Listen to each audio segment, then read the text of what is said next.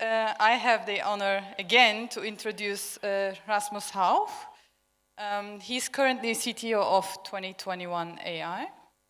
But just like Nitin, he's also in very exciting advisory roles. And one role that I have stolen from LinkedIn is actually you are sitting at the European AI Alliance for European Commission. I think it's pretty impressive. Rasmus today joins us from Copenhagen and will tell us about how he is impacting the future with AI. With that, I leave the stage to you. Thank you very much. Thank you.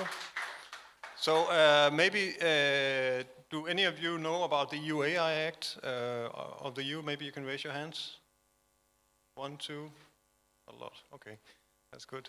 Okay, so and how many of you have tried to bring in machine learning models into production? Hopefully everybody. No, not all. That's good. Okay, so today I'm going to talk about the AI governance in practice. So what we're going to go through is basically sort of the scoping the problem and sort of trying to address some of the possible solutions. And then in the end, we're going to try to take some concrete examples and go through them. And I'll try to keep an open discussion throughout the way. So if you have any urgent questions where you're like, I'd like to, ask this question now, then please feel free to raise your hand and we'll take it from there. We're not a lot today, so that's good. So my name is Rasmus. I have 25 years in the IT business. So I always say that, machine learning models is just, adding another layer to the IT project, right? Because I think a lot of people out there, they, once they've done the data science model, they kind of feel that now everything is good and dandy, but then there's a whole IT project waiting on the other side with websites and security, cybersecurity, and a lot of other stuff. So that's basically some of the challenges that I see out there. And another one is the fact that when you are innovating, right, when you are doing innovative things in the industry, then the innovation happens at the speed of trust. So trust is an important issue when it comes to developing AI machine learning models. So basically you could say that we are working a lot in the governance, risk and compliance area. So that means that we are sort of taking specific legislation such as the EU AI Act, but also others, and then applying that with individual models for our customers. And we also helping them bringing the models into production. So what is happening in the industry? Maybe I can go through, I'll just go through this really quickly because there's a lot of examples out there. You probably know most of them. So for example, the Apple Card scandal that happened a couple of years ago, which was basically the Apple Card that released the credit card, and it turned out that even in the families that had the same economy or that had shared economy, the male in the family would get a higher credit rating than the female one. So that happened a couple of years ago and sort of created an outrage basically in the community because of that. And these kinds of issues are sort of spawning or is what spawned a lot of the legislation and the regulatory things that we see out there today. And it's all about increasing the trust, basically. So because one way to increase the trust is obviously to build an AI model that just works and can be applied and is creating value, right? But if you want to sort of accelerate that journey, especially for some of the high-risk models, then it's a good opportunity to start thinking about these things. Another example is the Frodino case, which I really love. It's an Italian food delivery company, and what they did was that they developed some algorithms for dispatching of their food delivery people, and then basically it turned out that if one of them were off the job for one day and then came back, they were less likely to get the new jobs, which were then creating sort of a discrepancy in the sort of from a employment perspective, right? And that was a big problem. And this company was fined 2.6 million euro, which were just a year ago actually. And a lot of the things that were pointed out in the legal part of this was that the algorithms that were developed, they lacked transparency and they lacked elements of fairness. A last point I want to make is around this company called Lemonade. It's an US-based insurance company, actually. And what they did was that they had a claims process. So the claims process is basically that they were selling car insurances, and then instead of filling out a form, you could then record a video of yourself, and maybe also show the damage on the car, and then also record yourself while you were saying what happened during the accident. And then based on that, the insurance company would then pay out. The big outrage was actually not that feature. The big outrage was this particular Twitter post that turned out that created an outrage, because it turned out that the models that they built were actually analyzing other things than the actual accident and the things that you said in the video, and that spurred a whole sort of retraction of the features that they already developed. So it's a good examples of companies that are investing heavily in this, but don't have the necessary trust in order to sort of breach the market and go further with it. So then you have all the area regulation that you are probably, some of you might have heard about. You can say that what is happening on a global level is that the countries around in the US, in Europe and in Asia are realizing that this is a problem, and one way is to introduce these kinds of regulations and then say to the companies involved, please apply this to your models. And obviously it's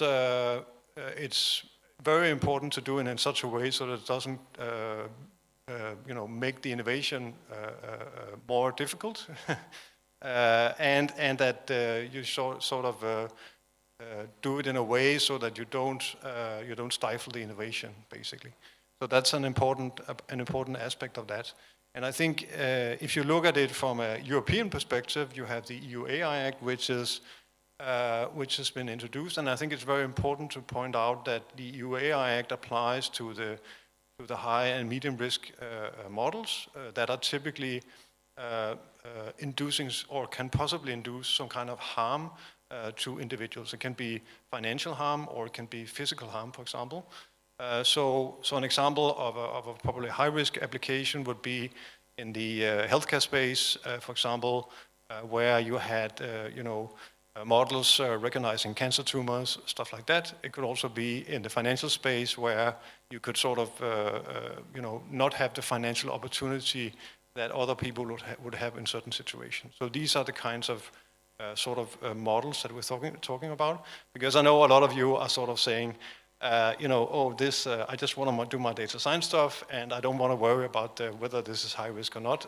Let the business people handle that. But the problem is, that the business people also really do not understand this. And I think that goes back to a more general discussion around sort of creating a vocabulary or glossary around these things. And some of the words that at least that we use a lot is the word around, for example, transparency. So it is important to have transparency. And when I say transparency, it's about basically saying what kind of data storage and what kind of data were we using for it, how was this data created, and what kind of, how is this data being transformed throughout the model development and going into deployment and operation. It is also about how you have developed the applications and the models. What is the accuracy, what is the code quality, and simple things like that. And it's also about the peer review, for example. So once you deploy these models into production, you want to do a peer review, make sure you have a second pair of eyes on it.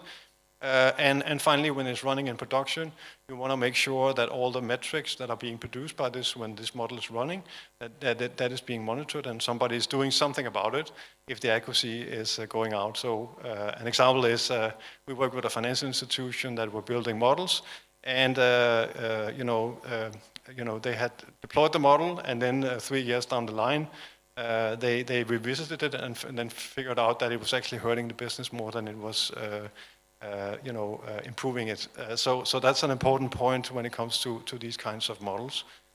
Fairness is also an important thing to take into account. However, I would say that fairness is a very broad thing. So, for example, bias or gender bias is a very good, and thing you want to take in when you talk about the healthcare space, because there you want to have the most accurate models. Whereas in the financial space, it's a big problem in certain kinds of models. So that's basically, that each of these elements, they sort of is addressed in different sectors and different industries with different kinds of models. And I think that part of it is an important aspect to take into consideration. Now, if you look at that in the sense of all of the organizations out there that are trying to introduce these new legislations, and if you're looking at it in a sense of, you have machine learning models that are running in production, that are in operation, that are being retrained maybe on a daily or weekly basis, well, in that case, you have a very, very difficult time to actually provide the necessary evidence and the necessary trust to make these models a reality.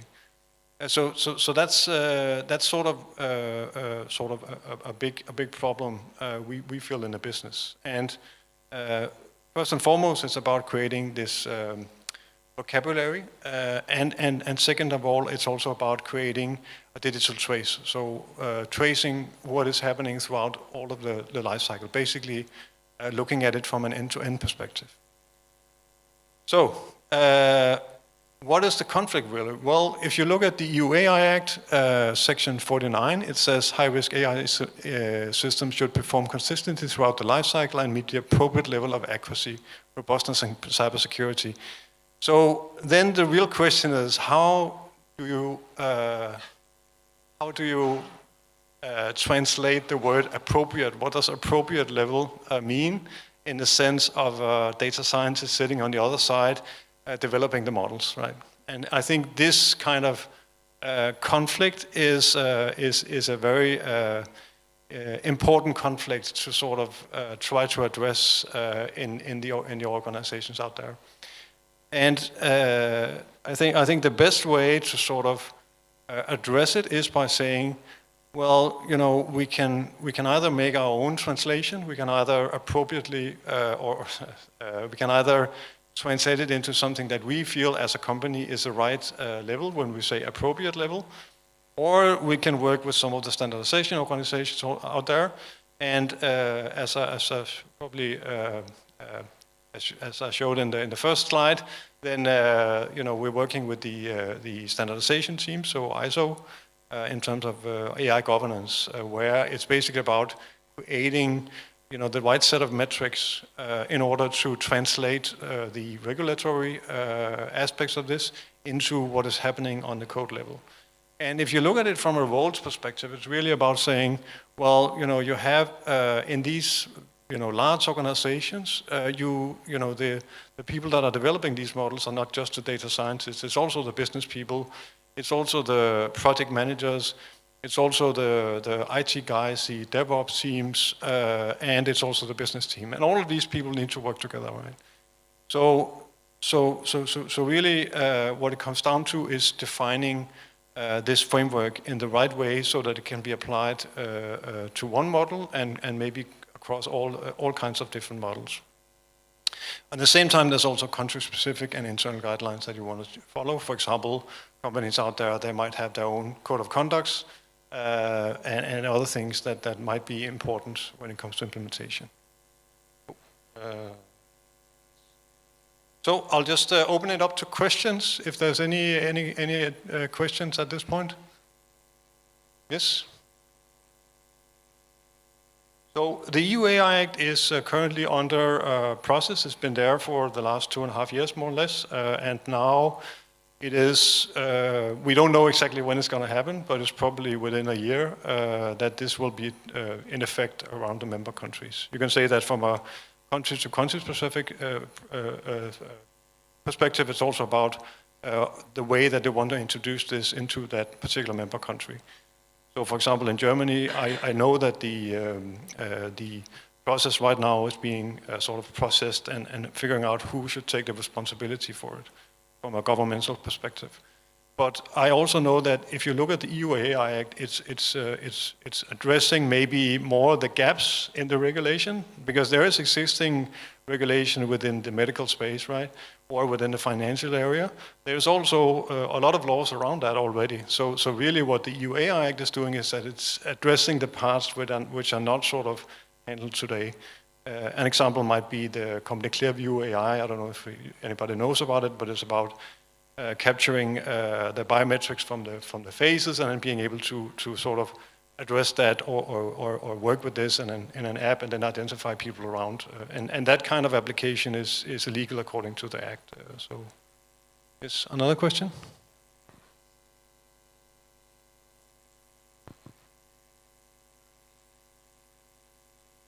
Yeah.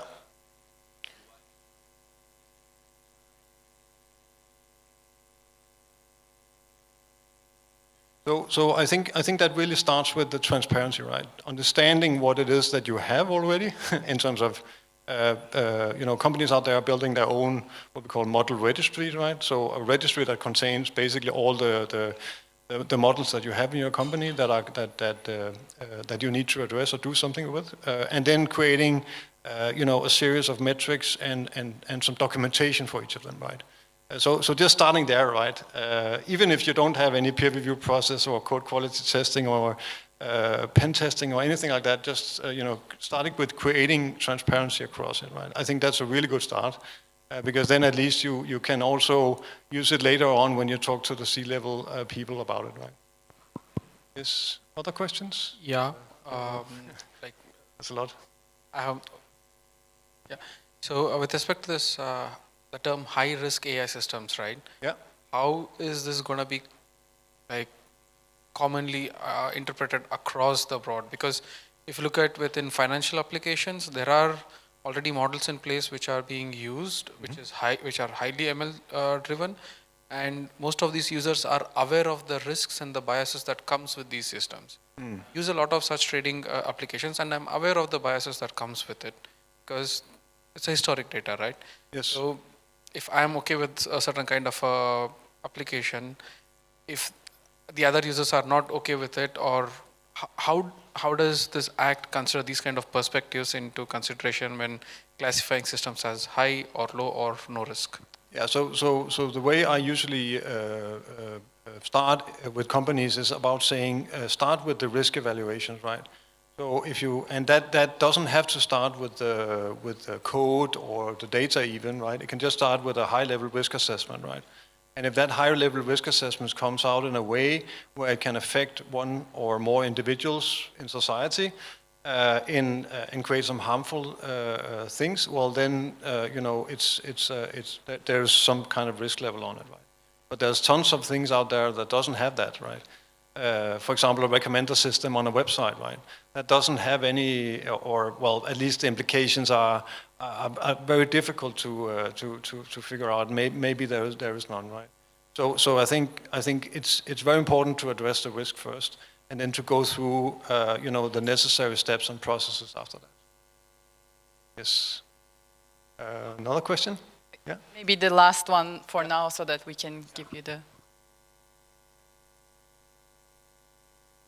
Who is going to monitor these regulations? Will there be another authority like the data safety authorities in Germany? It's a very good question, right? So I can speak for the Nordics and Denmark in particular. So I'm from Copenhagen, and there the data authority in the country is handling that, right? In the sense that they are overall responsible. But when it comes to high-risk models, there is some areas around that you have to undergo a sort of review by a third party, for example. Well, it's actually a recurring process, but yes, before putting it into production. But it depends a little bit on where it falls. So if it's a medical device, for example, well, then it falls into a different category and it's not applied the EU AI. All right. So let's move on. So basically, what we're talking about is sort of this end-to-end governance, right? So all the way from your initial data ingesting to your transformation, to exploration, your data ingest, and then a model test and validation. And once you have it in production, it's about the business integration, the management reporting, analytics, and so on. And as you see, there's a lot of different roles around here, right? So a lot of these roles are there in order to ensure the successfulness of the project as a whole. And I think that's an important point of people like the model risk manager, that they are actually doing this because they want the company to succeed and not prevent it. But again, trust, the higher trust you have, the bigger the innovation you can do, right? So that's what I wanted to say here. And basically, you can say a lot of that also depends on the regulators. So the regulators could be the European Union, but there are other, for example, in Singapore, it's the Monetary Authority of Singapore that is monitoring all of the financial companies around the world. In Singapore, and basically. I think when it comes to the EU, I think what they're trying to do is to address this on a sort of a European based, right? So a little bit like with GDPR.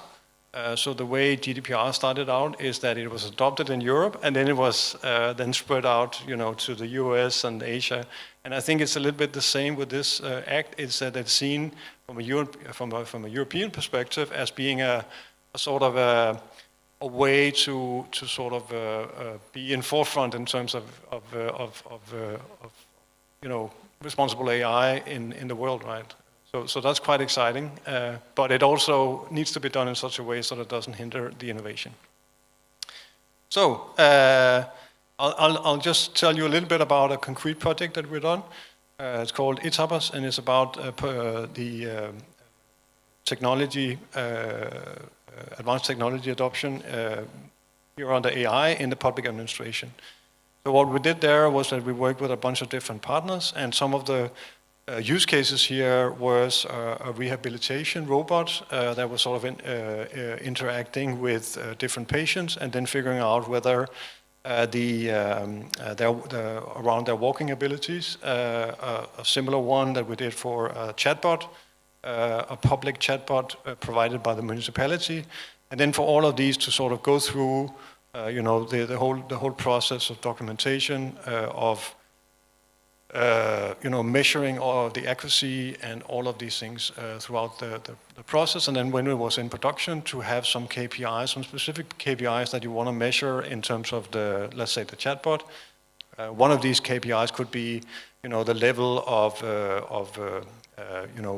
people, misusing the chatbot for something specific, or it could be similar kind of KPIs that you can then go in and measure on. So that's some of the concrete sort of use cases that has been worked on. So just to show you a little bit on how that could look like, or how that looks like in practice. So this is a case where we're doing bias detection. And in this case, I can't really run full screen. Okay, so basically what we're doing here is that we're saying, let's look at a data set and let's look at a model. And then we take the data set and the model, and then in this case, this is a fraud model. So we're identifying whether the outcome of the actual model, and saying, well, if this is a fraud case, right? If the model comes out with a fraud is yes, we want to be able to do a detection on bias on, in this case, the gender. And in this case, we have a 10.45% chance that the females are more likely to be predicted as fraudulent in the model. And then once you have done that, you can then decide whether you want to mitigate this bias or not. And for the bias mitigation, you can then choose different methods. But I think the most important thing, as I said before, was identifying the biases. So in this case, we have had now sort of done some mitigation, and it turns out that the accuracy of the model is actually lower than it was before. So now we went from 97% to 91% in terms of accuracy. But on the good side is that the gender bias is now minus 0.7, so a lot lower than it was before. And these are the kinds of steps that you want to do for certain kinds of models. Again, this doesn't apply for all models, but these kinds of things is something you want to do for those. So I think that concludes it for now. So any follow-up questions? Not first, no. Thank you so much. Thank you. We have one question here. Hi, thank you for the talk. The tension that you described there from the regulatory guidance to implementation is something that we saw in practice when implementing AI systems for pharma, for pharmacovigilance in particular. And I'm glad someone asked the question of what can companies do. And I was happy to hear your answer that, well, try and be as transparent as possible and put out exactly what is your interpretation. So the follow-up question I have is maybe two questions. The first one is, do you think regulators will be happy with this approach? And the second question is, you mentioned standardization. Could you comment on the level of maturity of those initiatives today? Yeah. Thank you. Yeah, it's a really good point, right? So I think, first of all, in terms of whether it's good enough, right? And I think that comes back to the vocabulary around it. So number one is having a good vocabulary, and that also goes for the people in the legal side, right? So we're talking a lot with lawyers, and what lawyers really like is that you look at the legal text and then you sort of make, for every single sentence in the legal text, you make a translation or control, right? And then you relate that control to whatever is happening in your code. And this is the method that we've been using in our software when we're delivering to customers. And that means that we can talk to the legal people, and we can say, well, every single sentence that you have in your legal text sort of corresponds to something.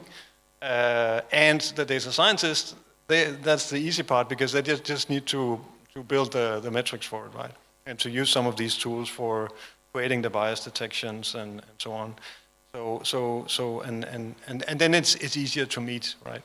Because if you just talk about one of the elements in the legal text, then you're sort of, it's not enough, right? The companies out there, they want to, when they look at risks, they want to do it end to end, right? They want to look at the risk of the entire company when it comes to AI, rather than just a single element, right?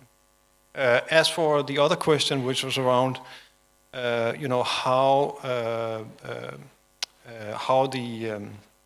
that was around the future going into the what?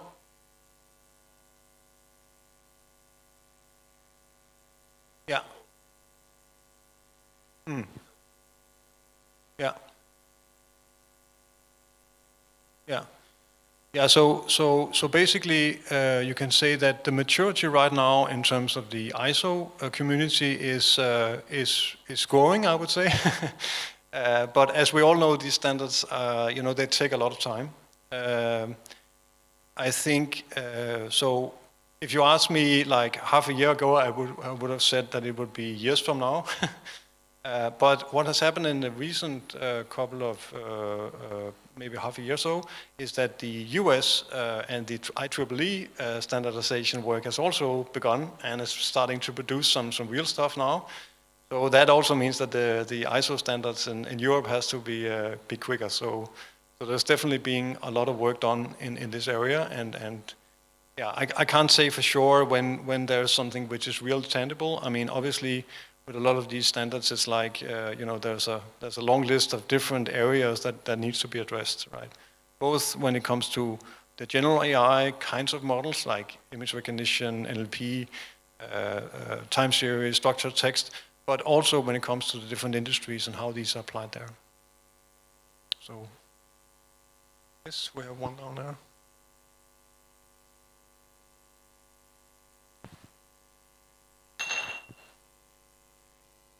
So first, thanks for the talk.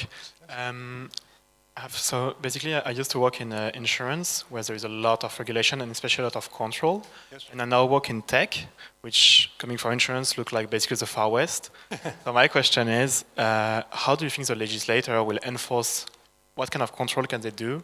Because I cannot really see them, for instance, coming to the company and checking their what's in production. This would be very weird. So how do you think they could enforce the legislation they're deciding now? You mean in the insurance company or in the tech company? In tech companies. It's a good question. I think, again, I would not try to enforce any sort of changes, but I would rather try to get further into the transparency issue, right? So creating this, a culture within the data science community that once you produced a model, right, maybe you wouldn't release, the data or maybe even the model itself, but creating some metadata, right? Creating a sort of a framework that means that you can then use this framework again and again across the different data scientists and the data science teams to kind of create some reports or some documentation that sort of, and then you can send that documentation across the company, right? That is a good start, right? Creating a culture around it. And then you can also, building the framework is actually a good start because that also makes you think about, well, if we think about insurance, then the claims process and the sales process, that's basically the only two processes in insurance. And the claims process already has some regulatory things. So depending on which kind of tech company it is and what industries you are delivering to, that might also be a good a good argument for for the customers that you're dealing with, right? So if you are selling your tech to other insurance companies, well then saying that you are compliant with this insurance regulation also is a really good way of sort of approaching and getting more customers. And again, increasing the trust increases the level of innovation, right? Because then you can start delivering models that are more sort of daring, right? Say it that way. We have the last question here. And it's going to be a short one. Thank you very much for the talk. I'm trying to understand the example that you gave a little bit better when you talk about the bias detection. Is that just figuring out the correlation between that feature and the result, or is there something more complex at play there that you're relying on to verify that you're legally compliant? The first one is this example that I showed you is a pretty simple binary classification example. The example is a case where you have a model that predicts either fraud, yes or no, right? And then what it's just saying is that there are some analysis methods, some libraries out there that you can use to get the general distribution of the outcome, right? And then the outcome of that is then that, in this case, since we're looking at the gender, that the females gets more gets to be identified as fraud cases more than the men, right? And then you can argue whether that's a problem. It might not be a problem really, right? But what my argument is, always start by doing the analysis and then decide whether you want to do the mitigation or not. And in many cases, I would argue that the mitigation is not necessary, but at least it generates, good and well documentation that you can use afterwards. Go ahead. So the point is that you can explain to legislators what the analysis was. It's simple. It's this kind of easy math to follow. It's not another complex model running on top. Exactly. No. Cool. Thanks. Like that. Yeah.